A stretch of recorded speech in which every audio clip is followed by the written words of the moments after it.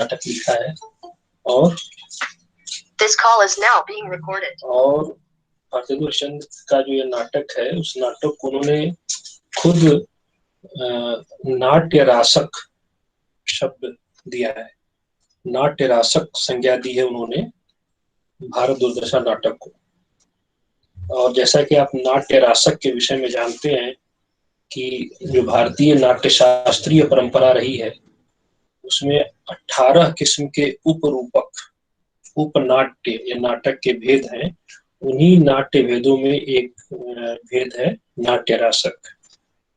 भारतेंदु हरिश्चंद्र ने जो इसका लक्षण बताया था नाट्य रासक का, उसमें ये बताया था कि इसमें एक अंक होता है, उसका नायक उदात्त होता है, नायिका वासक सज्जा होती है, पीठमर्द उपनायक होता है और अनेकों प्रकार के गायन और नृत्य वगैरह होते हैं। तो ये जो क्लासिकल परिभाषा है, शास्त्रीय परिभाषा है नाटक की, हमारे शास्त्रों में जो दी गई है, उसकी बात वो कर रहे हैं। दूसरी बात ये कि ये जो भारत दुर्दशा नाटक है, उसमें भी आप देखिएगा कि भारतेंदु हरिश्चंद्र ने एक निबंध लिखा था, जिस निबंध का शीर्षक ही था नाटक। याद रहेगा ना, भारतेंदु हरिश्चंद्र ने एक निबंध लिखा था, उस निबंध का शीर्षक था नाटक। हिंदी में निबंध विधा की शुरुआत भारतेंदु हरिश्चंद्र से मानी जाती है और हिंदी के पहले निबंध का नाम है नाटक। समझ गए? और हिंदी का पहला नाटक है भारतेंदु हरिश्चंद्र के पिता गोपाल राय गिरधर दास ने लिखा था, नहुष।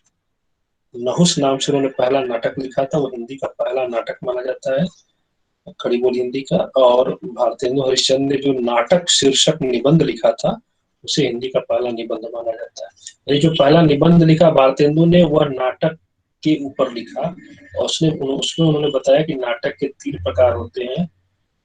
एक होता है काव्य मिश्र, दूसरा होता है शुद्ध कौतुक और तीसरा होता है भ्रष्ट।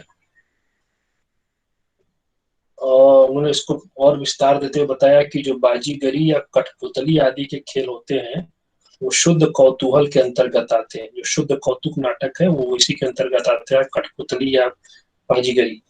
इसके अलावा इंद्र सभा, रास, यात्रा, लीला, पारसी कंपनियों के जो नाटक वगैरह थे, वो उन सबको उन्होंने भ्रष्ट के अंतर्गत रखा था।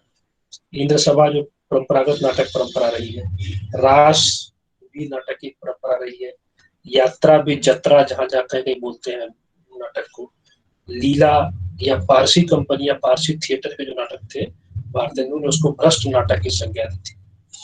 और जो काव्य मिश्र नाटक कहा था, उसको उन्होंने श्रेष्ठ कहा और कहा कि इसमें नए और प्राचीन तत्वों का सन्निवेश रहता है।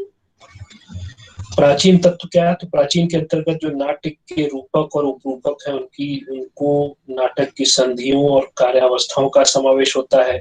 और नयापन क्या? तो उन्होंने कहा कि जिसमें कथा भाग विशेष हो और गीत न्यून हो, यानी गाना होना थोड़ा कम हो। ठीक है ना? तो गाना कम हो, कथा भाग ज्यादा हो, वह नाटक हुआ। और जिसमें गीत अधिक हो, वह गीत रूपक या गीत नाट्य हुआ।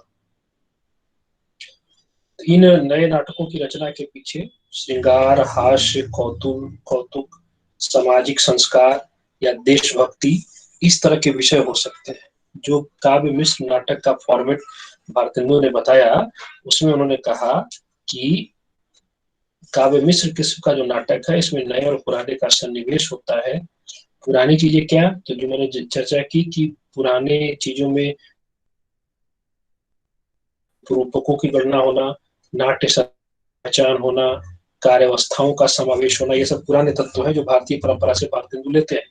और नवीन परंपरा से वो क्या लेते हैं? कहते हैं कि अगर कथा तत्व, उसमें कथा कंटेंट जो होता है, जो स्टोरी है, प्लॉट है, कथानक है, अगर वो ज्यादा प्रबल है और गीत कम है उसमें, तो वह नाटक हुआ। और जिसमें गीत ज्यादा हो गए, कथा तत्व के हैं लेकिन गीत उससे ज्यादा है, तो वह गीत रूपक या गीत नाट्य हो गया।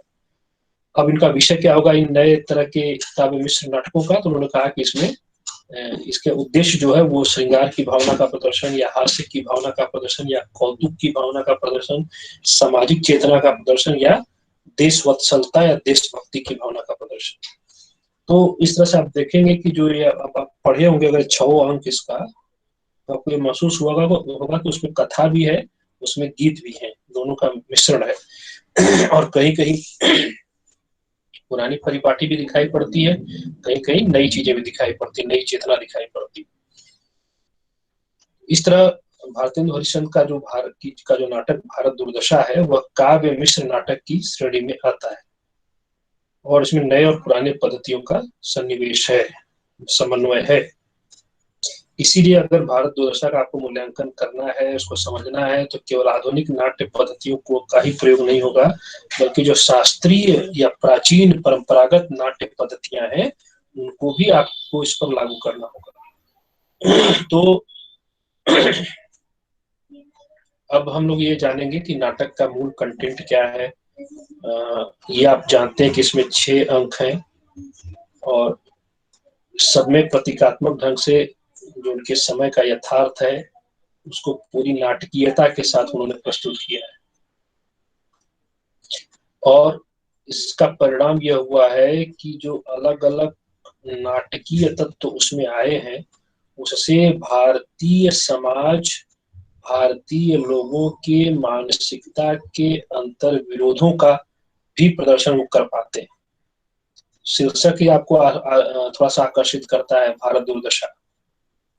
तो आप ये नाटक पढ़ने के बाद महसूस कर रहे होंगे कि भारत दुर्दशा नाटक की शुरुआत प्रतीकात्मक ढंग से होती है, जिसमें अलग अलग मनोभावों का मानवीकरण किया गया है। मानवीकरण एक अलंकार होता है, जैसे कोई भावना है या कोई वस्तु है, निर्जीव वस्तु, उसको किसी मनुष्य के रूप में देखा जाए। अब भारत कोई मनुष्य तो है नहीं, लेकिन भारत को उन्होंने एक व्यक्ति के रूप में दिखाया है जो रो रहा है, जो अपने दुख को कह रहा है। और भारत का जो शत्रु है जिसको उन्होंने भारत दुर्देव कहा, वह भी एक मानवीकरण का उदाहरण है कि वो भी एक विचार है, एक स्थिति है जिसको उन्होंने प्रतीकात्मक रूप दिया है। तो भारत दुर्देव हो, चाहे भारत दुर्दशा हो, चाहे सत्यानाश नाम का व्यक्ति किया गया, उसमें रोग, आलस्य, मदिरा, अंधकार, निर्लज्जता, आशा, डिसलॉयल्टी, ये तमाम विचार है, मनोभाव हैं या स्थितियां हैं जिसको एक पात्र के रूप में, मानव के रूप में किया है, उपस्थित किया है भारतेंदु हरिश्चंद्र ने। आप ये नोटिस कर रहे होंगे कि भारत जब प्रवेश करता है, भारत नाम का जो कैरेक्टर है, तो उसके प्रवेश के साथ कुत्तों, सियारों और कौवों की आवाजें आ रही हैं। श्मशान घाट, मैदान, टूटा फूटा मंदिर, है ना, कई जगहों पर किताब खाना, कई जगहों पर ब्रिटिशों की साज सज्जा जैसी बैठक, जैसी तमाम जो स्थितियां हैं मंच की जो होती है, रंगमंची निर्देश, वो सब भी उपस्थित किया गया है। ये सब स्थितियां क्या करती हैं कि जिस भाव को प्रदर्शित करना होता है उस भाव को पूरी गंभीरता के साथ प्रस्तुत कर पाती है। तो अब हम लोग उस पर बहुत चर्चा करेंगे, उसका विश्लेषण बाद में करेंगे। पहले हम लोग नाटक शुरू करते हैं, और मेरे ख्याल से आप लोगों के पास है टेक्स्ट। पहला अंक खोल लीजिए। मिला? खुला है सबके सामने? जी सर। जी सर। पढ़िए कोई।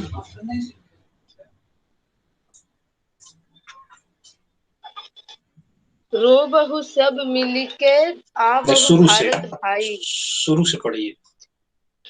जय सतयुग थापन करल, नासन मलेच आचार, कठिन धार तरवार कर, कृष्ण कल की अवतार। पहला अंक स्थान विधि, एक योगी गाता है, लावनी। रो बहु सब मिलके आ बहु भारत भाई, हा हा भारत दुर्दशा न देखी जाई। ध्रुव सबके पहले जे ही ईश्वर धन बल दीनो, सबके पहले जे ही सभ्य विधाता कीनो, सबके पहले जो रूप रंग रस भीनो, सबके पहले विद्या फल जिन गही लीनो। अब सबके पीछे सोई परत लखाई, हा हा भारत दुर्दशा न देखी जाई। जहाँ भय शाक्य हरिचंद्रु नहुस ययाति, जहाँ राम युधिष्ठिर वासुदेव सरयाती, जहाँ भीम करण अर्जुन की छटा दिखाती, तह रही मूढ़ता कलह अविद्या राती। अब जह देखहूँ तह दुख ही दुख दिखाई, हा हा भारत दुर्दशा न देखी जाई। लरी वैदिक जैन डुबाई पुस्तक सारी, करी कलह बुलाई जवन सैन पुनि भारी। तिन नासी बुद्धि बल विद्या धन बहुबारी, छाई अब आलस कुमति कलह अंधियारी। भय अंध पंगु सब दिन हिन बिल खाई, हा हा भारत दुर्दशा न देखी जाई। अंग्रेज राज सुख साज सजे सब भारी, पैदन विदेश चली जात यह अति ख्वारी। ताहू पै महंगी काल रोग विस्तारी, दिन दिन दुने दुख इस देश हाहा ही। सबके ऊपर टिक्कस की आफत आई, हा हा भारत दुर्दशा न देखी जाए। हाँ, ठीक है, बहुत अच्छा। तो आप ये नोटिस करें कि पहला जो अंक है वह भारत नाम का एक पात्र है, नहीं, भारत नाम का पात्र नहीं है बल्कि एक सूत्रधार है। कोई भी नाटक जब शुरू होता है तो सूत्रधार का प्रावधान किया जाता है, मतलब आकर के बताने वाला है, शुरुआत में स्टेज पर आता है, वो उस नाटक का पात्र नहीं होता, नाटक का जैसे आप कह सकते हो उद्घोषक है, एंकर है। वो आकर के शुरू में बताता है कि क्या क्या सिचुएशन है, क्या स्थिति है, क्या प्लॉट है जिस पर हम आगे बढ़ने वाले हैं। तो आप देखिएगा कि नाटक की जो शास्त्रीय परंपरा रही जिसकी बात मैं कह रहा था, उसमें आप देखिएगा शुरू में मंगलाचरण होता है। तो मंगलाचरण का प्रावधान ये किए हैं। और आप ये जानते हैं ये रचना कब प्रकाशित हुई थी?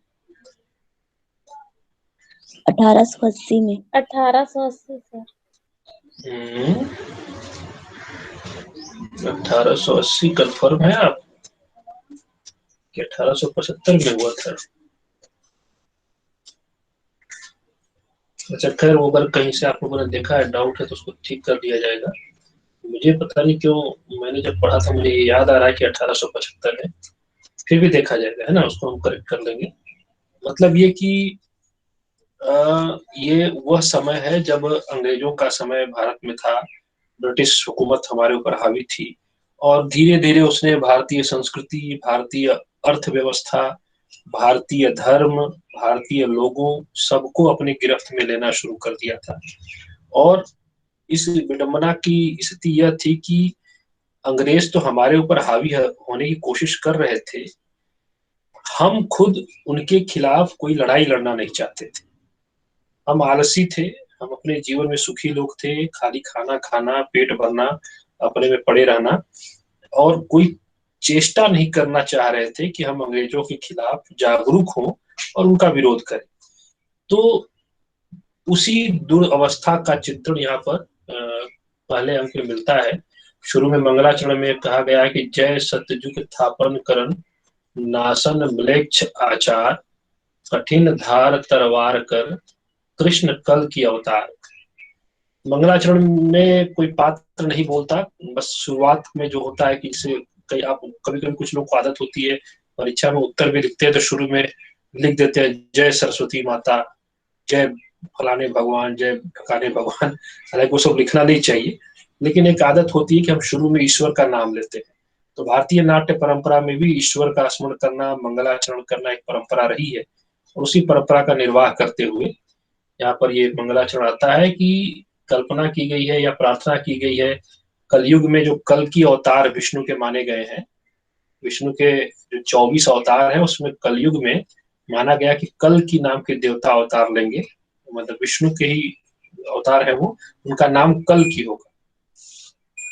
तो कल की से ये प्रार्थना की गई है कि आप सतयुग की स्थापना करिए, और ये जो म्लेच्छ हैं, म्लेच्छ मतलब जो विदेशी हैं, उनका जो यह आचरण हो रहा है हमारे देश के साथ उसका नाश करिए।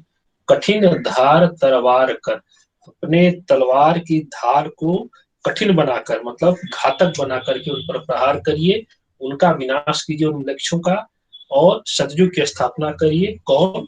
हे कृष्ण कल की अवतार, हे कृष्ण या हे विष्णु जो आप कल्कि के रूप में इस कलयुग में उपस्थित हैं या आए। तो एक प्रार्थना है ईश्वर से कि जो भारत की दुर्दशा हो रही है उसका आप निवारण करें।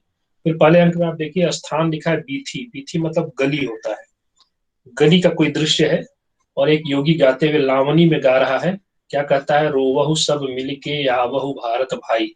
यह जो योगी है इसी को आप मानिए कि यह सूत्रधार है, कथा का या नाटक का एंकर है, होस्ट है। कहता है कि हे भारत के समस्त भाइयों आओ, हम सब मिल करके रोते हैं। क्यों? हा हा भारत दुर्दशा न देखी जाई। हा हा जब हम चित्कार करते हैं, हाय हाय बोलते हैं, दुख प्रकट करते हैं, उस भाव को प्रस्तुत किया गया है कि हा हा भारत दुर्दशा न देखी जाए, भारत की यह दुर्दशा देखी नहीं जा रही है। यहाँ पर एक शब्द लिखा है ध्रुव। ध्रुव का मतलब हुआ कि यहाँ पर आपको रुकना है या रिपीट करना है। ये टेक है, टेक जिसको बोलते हैं ना कि ये चीजें बार बार रिपीट हो सकती हैं, इसीलिए ध्रुव लिखा है। हा हा भारत दुर्दशा न देखी जाए हर लाइन में आना चाहिए। फिर कहते हैं सबके पहले जय ईश्वर धन बल दीनो। जिस भारत भूमि ने सबसे पहले ईश्वर, धन और बल इनकी प्रतिष्ठा की, इनको स्थापित किया, पूरे विश्व पटल के सामने, पूरी विश्व सभ्यता के सामने जिन्होंने ईश्वर की अवधारणा, धन के मामले में अपने को समृद्ध किया और बल के मामले में अपने को समृद्ध किया, सबके पहले जही सभ्य विधाता की हो। विधाता ने या ईश्वर ने जिस देश को सबसे पहले सभ्य बनाया, यानी भारत की सभ्यता सबसे पुरानी है, और सबसे पहले जो रूप रंग रस भीनो, रूप रंग रस भीनो मतलब सांस्कृतिक उन्नति। भारत की सबसे पहले सांस्कृतिक उन्नति हुई। रूप रंग रस भीनो मतलब जीवन का जो आनंदमय पक्ष है, रूप रस रंग, यह सब कुछ भारत में पहले आया। भारतीय संस्कृति सबसे पहले उभर के आई। सबके पहले विद्याफल जिन गहिलीन हो, जिन्होंने सबसे पहले विद्या यानी ज्ञान का फल भी प्राप्त किया। गही मतलब प्राप्त किया किसने? भारत ने। अब क्या हो गया? अब सबके पीछे सोई परत लखाई। अब क्या हो गया? ये स्थिति आ गई कि जिसने सब कुछ पहले प्राप्त किया था अब वह सबके पीछे दिखाई पड़ रहा है। सोई परत लखाई, लखाई मतलब लखना या दिखना, सबसे पीछे दिख पड़ रहा है यह भारत। हा हा भारत दुर्दशा न देखी जाए।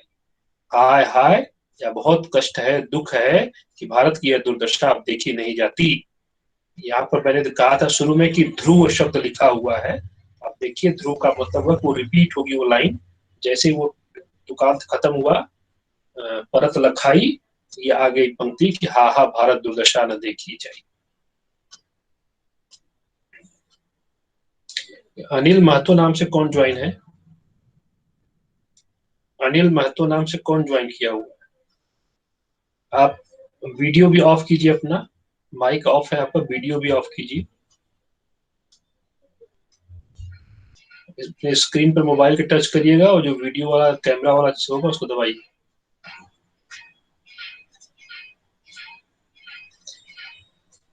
तो फिर अगली पंक्ति में वो कहते हैं कि जह भय शाक्य हरिचंदर नहुष ययाति। जिस भारत भूमि पर शाक्य वंशीय राजा हरिश्चंद्र हुए, नहुष हुए, ययाति हुए, जहां राम हुए, युधिष्ठिर हुए, वासुदेव हुए, सरयाति हुए, जहां भीम कर्ण अर्जुन की छटाएं रही, मतलब इतने महान और अपने अपने व्यक्तित्व में सर्वश्रेष्ठ पुरुष जिस धरती पर रहे, तह रही मूढ़ता कलह अविद्या राती। वहां पर तह रही मतलब वहां पर अब क्या रह रही है? मूढ़ता मतलब मूर्खता, कलह मतलब झगड़ा, अविद्या मतलब अज्ञान, राति मतलब अंधेरा, मतलब मूर्खता, मूर्खता, झगड़े और अज्ञान की रात्रि वहां पर अब रह रही है।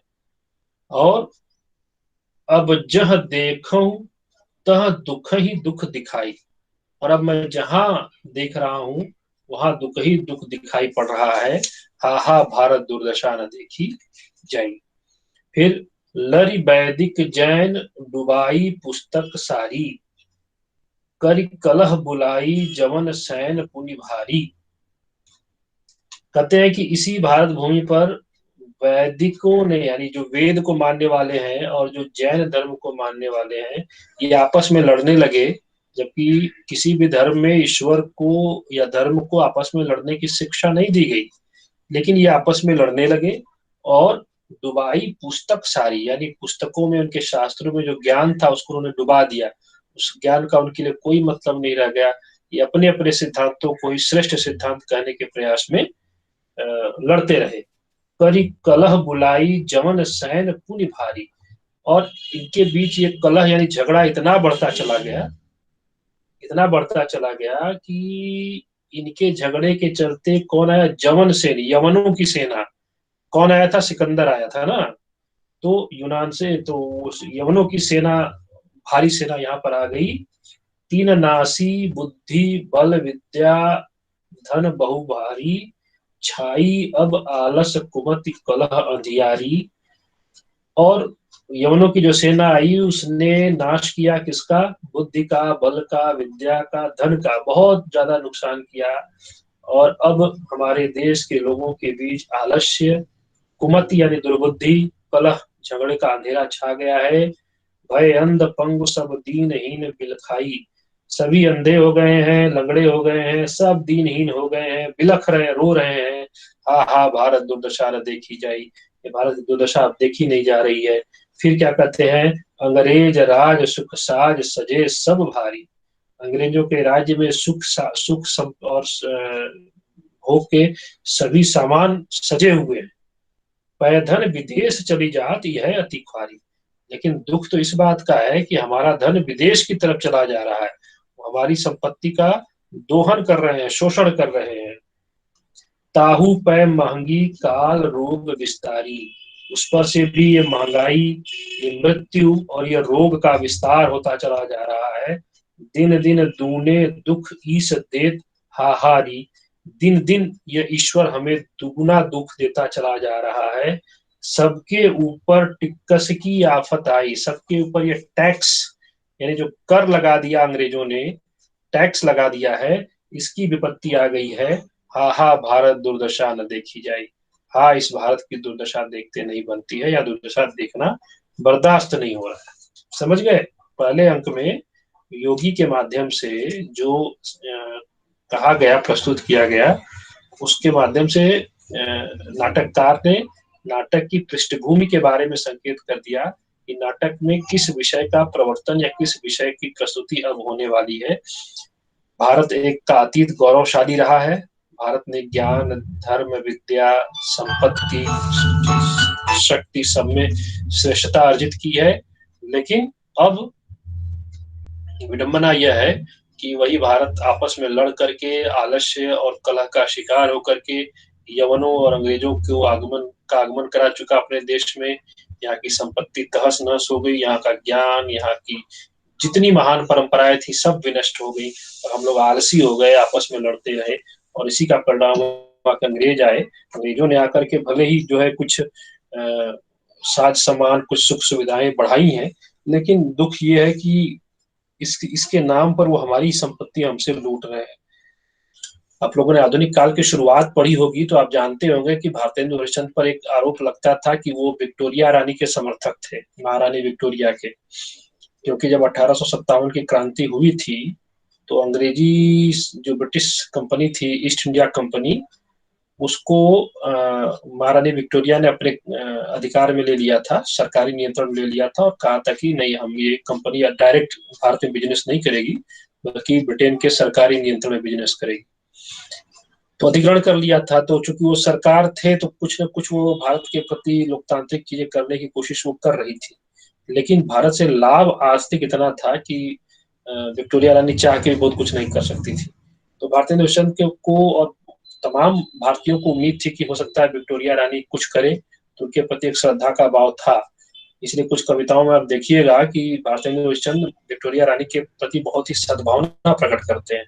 एक जगह वो लिखते हैं, पूरी अमी की कटोरिया सी चिर जीवो विक्टोरिया रानी। मतलब अमृत की भरी हुई कटोरी की तरह हे विक्टोरिया रानी तुम खूब जियो। सूरज चंद्र प्रकाश करें, जबले और रहे सातों सिंधु में पानी। जबले सूरज चंद्र प्रकाश करें और सातों सिंधु में पानी बना रहे, तब तक आपकी उम्र रहे, आप हमेशा दीर्घजीवी बने। तो ये एक उम्मीद थी, आशा थी। लेकिन कहीं ना कहीं ये सच्चाई भी वो महसूस कर रहे थे कि भारत की संपत्ति का शोषण ये लोग कर रहे हैं। ये लोग जो सुख सुविधा के नाम पर ट्रेन चला रहे हैं, अंग्रेज राज सुख साज सजे सब भारी, मतलब सुख सुविधा के नाम पर अंग्रेज हमारे यहाँ रेलगाड़ी चलाए थे 1853 में, बंबई से थाने के बीच में। तो लोगों को लगा कि भाई ट्रेन चला रहे हैं अंग्रेज भारत में, तब यातायात में क्रांति आ जाएगी। लेकिन वो ट्रेन इसलिए चलाई गई थी कि थाड़े में काली मिट्टी का क्षेत्र था और वहां कपास की खेती होती थी। तो वो कच्चा माल वो किसानों से वो लोग बिना कुछ पैसा दिए, चूंकि गुलाम बना रखे थे, उठा लेते थे। और उस ट्रेन की मालगाड़ी थी, पहली जो ट्रेन थी वो सवारी गाड़ी नहीं थी। उस मालगाड़ी में रख करके और बंबई के जो बंदरगाह थे, सी पोर्ट थे, वहां तक ले जाते थे। और वहां से पानी के जहाज भर करके वो इंग्लैंड के मैनचेस्टर में जाता था, जहाँ की फैक्ट्री में कॉटन बनता था, कॉटन वस्त्र, सूती वस्त्र, और जिसका वो दुनिया भर में व्यापार करते थे।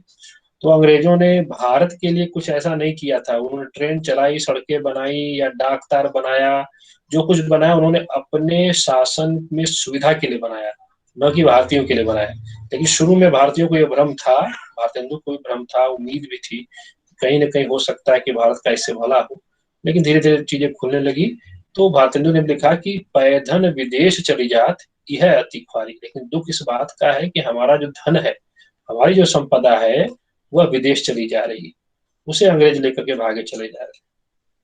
ठीक है। फिर कहते हैं कि लास्ट में देखिएगा, कहते हैं कि ताहू पे महंगी काल रोग विस्तारी।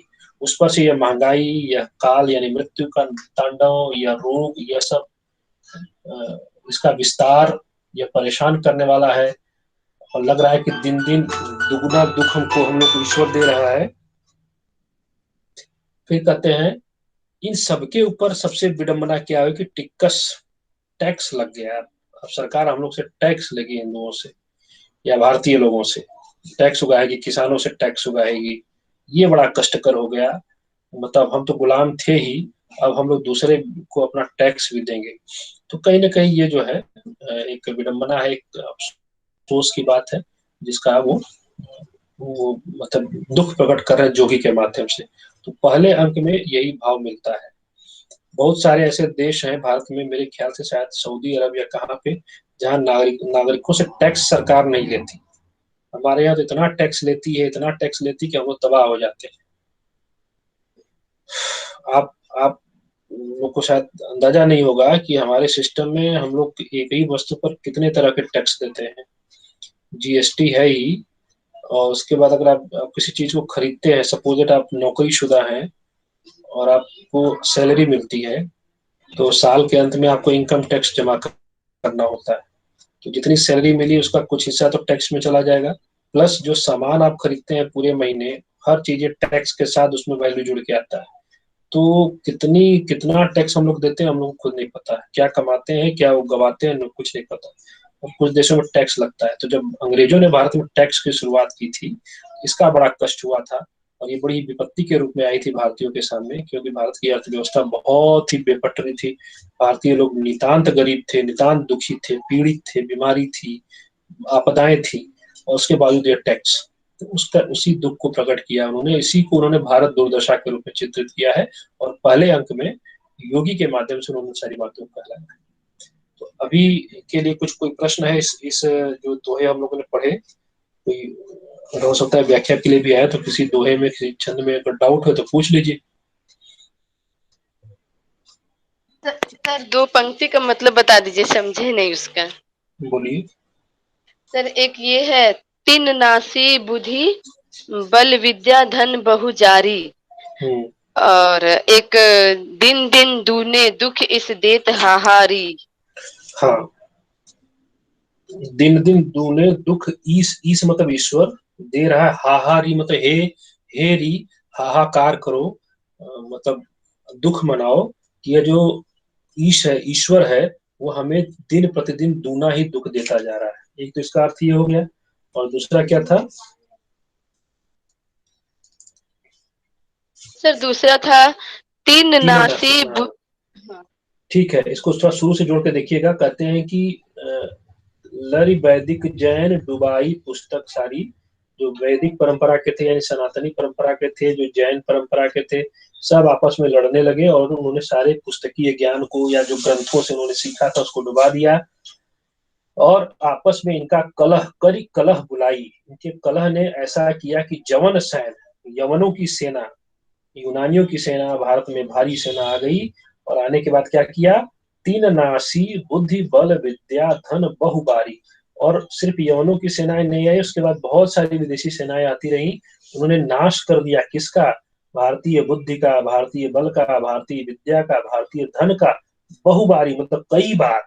क्योंकि खाली यवन नहीं आए थे ना, अलग अलग लोगों का आक्रमण यहाँ पर समय पर हुआ था। शक, हुड़, पठान, मुगल, सब लोग आए थे यहाँ पर। विदेशियों ने बहुत आक्रमण भारत पे किए हैं और इतना आक्रमण हुआ, लेकिन परिणाम क्या, छाई अब आलस कुमत कलह अंधियारी। इतने के बावजूद भारतीय जगह नहीं, इनके ऊपर अभी भी आलस्य, दुर्बुद्धि और आपसी कलह, रंजिश, इसका अंधेरा छाया हुआ। ठीक है, जी सर समझ गया, थैंक यू सर। हाँ और किसी को कुछ पूछना है?